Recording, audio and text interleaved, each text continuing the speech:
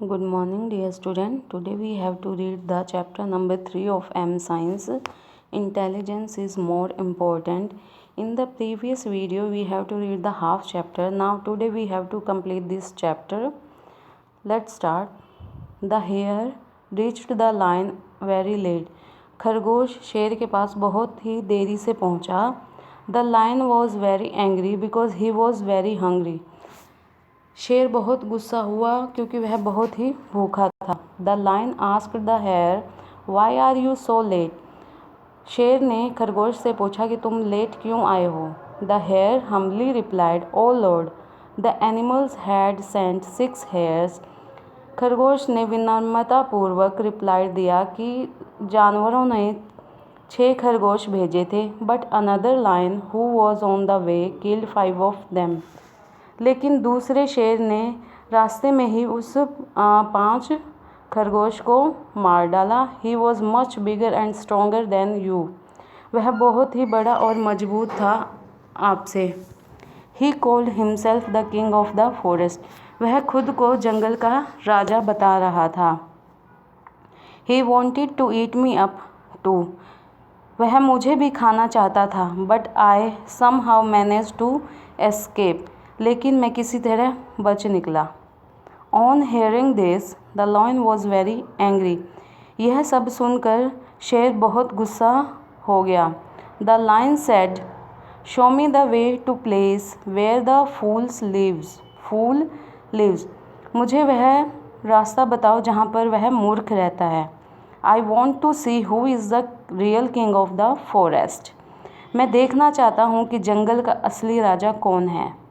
The hare reached near a deep well and stopped. खरगोश कुएं के पास पहुंचा और रुक गया. The hare said, the lion was right here when I saw him. खरगोश ने कहा कि मैंने यहीं देखा था. शेर यहीं था जब मैंने उसे देखा था. Perhaps that lion has hidden himself in this well. शायद उस शेर ने अपने आप को इस कुएं में छिपा लिया है. The lion climbed up the low wall of the well and peeped in. और जो शेर था वो कुएं की निचली दीवार पर चढ़ गया और झांकने लगा.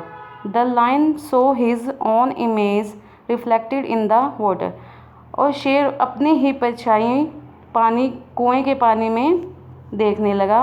ही रोड इन एंगर. और वह दहाड़ने लगा. वह गुस्से से दहाड़ने लगा. From inside the well came a louder roar which was actually the eco of on roar. Means कुएं के अंदर से बहुत ही तेज गर्जन आने लगी जो कि वास्तव में उसी की ही गूंज थी. He thought it was the other lion. उसने सोचा कि यह दूसरा शेर है. He did not wait a second longer. वह एक सेकेंड भी नहीं रुका. He roared and jumped into the well. और वह दहाड़ने लगा और कुएं में कूद गया. He could not get out and was drowned. और वह बाहर नहीं निकल पाया और डूब गया.